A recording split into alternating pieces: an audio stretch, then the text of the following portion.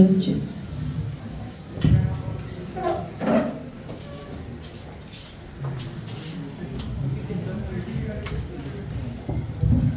afternoon, ladies and gentlemen. A warm afternoon to our director sir, coordinator sir, our respected music teacher, and all the wonderful people present here at the moment. Today, I am here with my group to share our views according to our survey on the topic hydropower, especially Miramar Sangdi hydropower. Now, it's me Dishina Shrestha. It's me Akash Basnet. It's me Nasir Mia. It's me Suicha Pokhrel. It's me Mahanur Sheikh.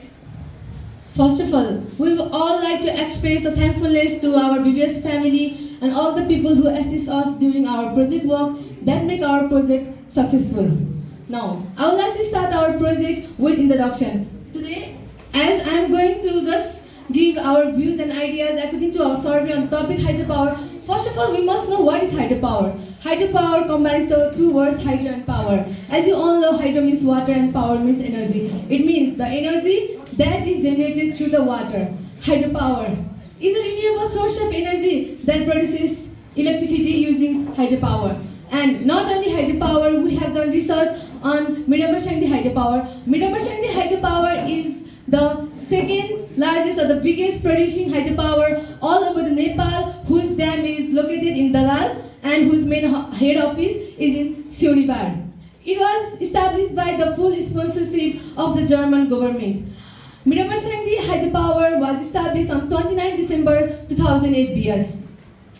Mr. Pawan Kumar Basnet is the head, or we can say station chief of Miramar Sangdi hydropower, and it is coordinated by Nepal Electricity Authority (NEA). Miramar Sangdi hydropower produces the electricity of 70 megawatt and it consists of the two turbines producing is 35 megawatt of electricity. And for this project, everything nowadays is getting expensive day by day, and for the initial cost only for this project, they have to invest approximately about rupees 30 Arab. And while talking about the rank, it is not too much clear, but on the recent days, the Upper Tamakosi is on the process of getting built and its productive capacity is 456 megawatt, but it is not fully established, but still it is in the top list. And in second, there is Kali Gandaki, which produces the electricity of 144 megawatt. In the third rank, there is Miramar Sangdi hydropower, which produces 70 megawatt of electricity. I would like to make you all clear about the photos, because as Miramar Sangdi hydropower is the authorized area, at first we were not even allowed it to just get interview, but with our humble request and their kindness, we were allowed to have interview with them, and they just take us to some of the places where machines are attached, but we were not allowed to take too much photos. So we would like to explain you all, we will try our best to explain with the photos that we insert from the Google. Now let's move to types of hydropower. Types of hydropower. As per our research, there are mainly three types of hydropowers. Run of the rivers. The system is the natural flow of river without significantly altering its course. As we can see in the diagram, that the natural flow of water is used to generate electricity without changing the flowing of water. Storage. The system used dam to store a large amount of water in reservoirs. As we can see in the diagram, that the water is stored in the dam, and as per to generate electricity, the water is released from the dam. Pumped storage. The system used storage in energy by pumping water from a lower reservoir to an upper reservoir during low demand. As we can see in the diagram, that the water is collected from a lower reservoir and transferred to the upper reservoir, and from a upper reservoir flow the water to the lower reservoir to generate electricity.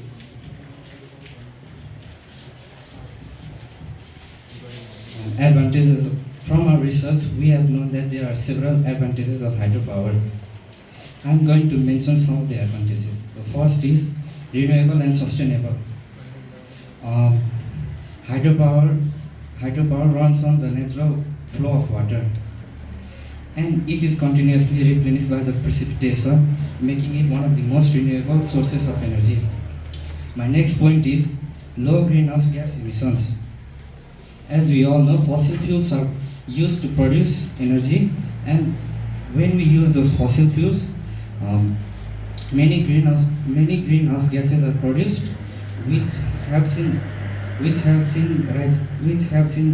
to rise the temperature of the earth. Unlike fossil fuels, hydropower does not produce significant greenhouse gases, which helps in the reduction of global footprint carbon And my next point is reliable and stable. Hydropower provides a consistent and stable source of electricity. Storage and pump storage system in particular help to produce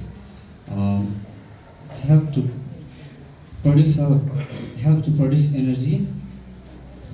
And my next point is high efficiency. Mid-Morsangdi hydropower has a very high conversion energy rate, often exceeding more than 90%. And my next point is flexible and adjustable. Hydropower can quickly adjust their fluctuating electricity demand, providing valuable grid stability and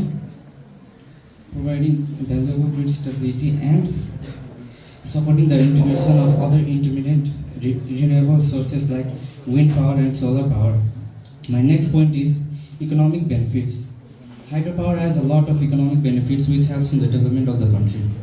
Hydropower projects can create jobs and stimulate local economies during both the construction and operational phases. Additionally, the long lifespan of hydropower can provide a good source of income and energy for decades.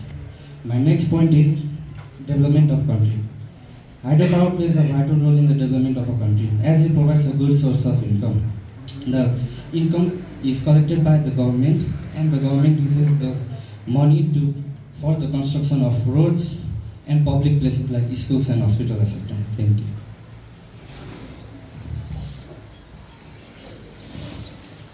Good afternoon, everyone. As you all know that everything has its advantage and disadvantage. Likewise, hydropower also has its disadvantages too. Firstly, environmental impacts. The construction of hydropower such as dams and reservoirs can alter the local ecosystem. It disrupts the natural flow of river and affect the water quality which harm the aquatic life. Because of the change in water temperature and the climate, it mostly harm the aquatic life and the wildlife habitats. Secondly, high initial cost. Everything is very costly nowadays, and it's the hydropower. It is established with at least 30 euro. The cost of construction, environmental assessments, and infrastructure development can be very high. Thirdly, dependence on water availability. Hydropower mainly relies on the consistent flow of water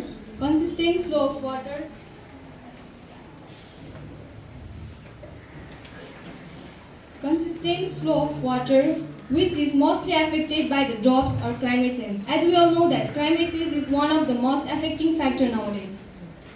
Geographical limitations. As we all know that hydropower is a very large project and it occupies a very large space. Limited lifespan. In the limited lifespan where hydropower projects are done for the decades, it is not immune again. Everything is limited, and it's a hydropower. It is also at a limited point. Thank you.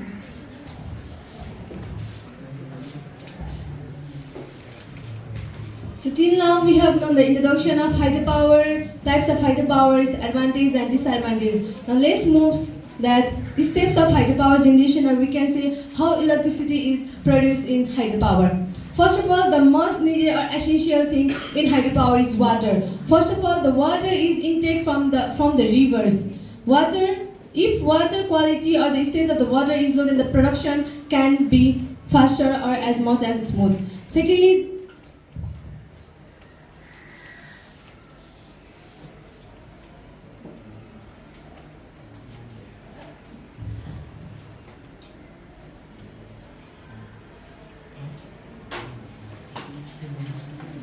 Secondly is the turbine.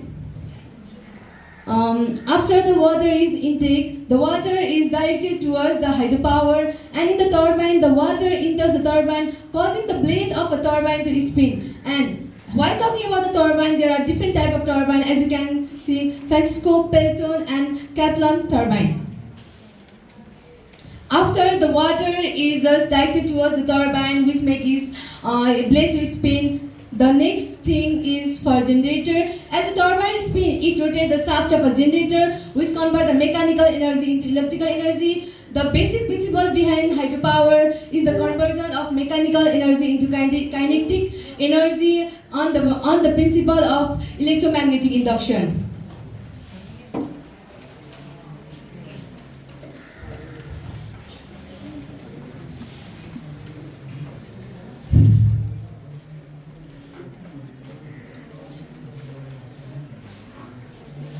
Transmission. The electricity generated by the generator is sent to a transformer, which increases its voltage for transmission over the long distances through power lines.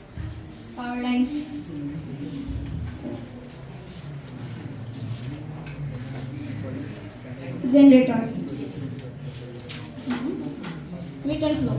After passing through the turbine, the water is released back to the river where it can continue downstream. This return flow, this return back to the river where it can continue downstream. This return flow for maintaining the ecological balance of the river ecosystem. Now distribution. The transmitted electricity is then distributed to homes, business, and industries through a network of power lines and substations. As you know, summarization of the whole subject. So in conclusion, as we all know, Nepal is the second richest country of the water sources. Second richest country of the water sources in the entire world. So, which makes hydropower one of the main income sources for Nepal. According to our research, hydropower helps in the development of our country in many ways, along with producing and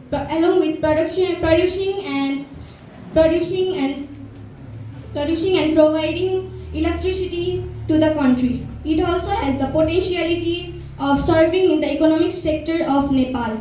Being the second richest country in the context of water sources, Nepal carries the potentiality of producing hydroelectricity way more than it is producing at the moment. If Nepal becomes capable of producing hydroelectricity as per its potentiality, then it cannot only provide electricity to the country, but also the remaining electricity can sold to the other countries like India and China.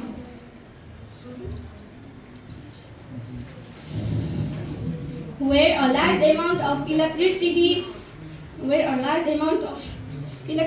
is required for utility as well as industrial purposes. This can help in the increase in economic sector as well. Also, the profit earned from this project is utilized in the development works like renovation of public places,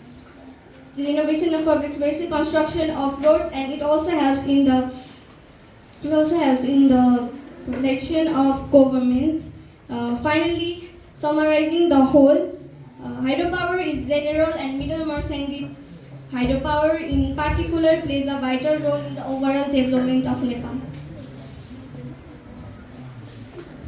Now, I would just like to add 1-2 lines in this conclusion that being the second largest country in the water resources all over the world after Germany, still Nepal cannot do as much as expected progress in the hydroelectricity. As per our research, we have come to know that In the overall production or the capacity of hydroelectricity, Nepal has just been successful in producing 2.3% of its capacity. And I think this is the seamless thing, and it's just the seamless thing for our country. So, during this project, we have experienced a lot of things like which was so much out of our imaginations, and we have made a short video of our journey. So I'd like to share it with you all.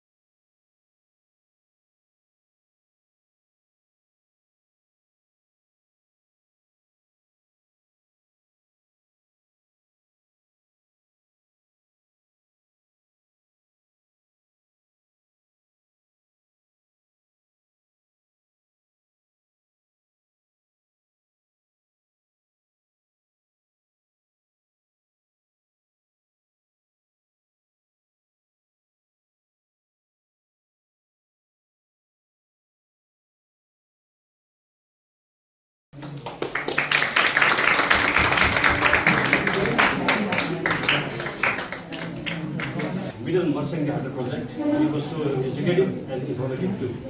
And here was one question for you. Though there are two hydro projects in Namjung district, one upper also, still people of Namjung facing a nightmare like road shedding and power cut every other day. What could be the reasons? Since you visited there, you may have got some information about this. Would you make it clear? Yes. While talking about this, we have asked them like some of the selected questions, and we just ask the selected question. We just tell them like they just told us hydropower is too much beneficial, and there is no negative. I mean, no disadvantage, not as much, or we can say advantages. Just is too much for the hydropower, but they didn't tell us why there is no more, there is load shedding. And we just ask them if could you also provide some more information regarding hydropower. Just toll for a level, that's enough. And I think, in my views, the region of load shedding is like they are just selling the electricity not only in Lamdu but in other places, and only 70 megawatt of electricity is produced from Miramasangdi hydropower, and it is not enough. It is not enough for other places because they are supplying this to Markichok and other places too. So I think they are just supplying it to the many places in just a limited amount. That is the question. It has been supplied to other places. Yeah. Why not to Lamjung, since it is generated itself in the Lamjung? Because they are only able to produce only 70 megawatt of electricity, not too much. The producing Okay, sir. capacity. Thank you. Another one question.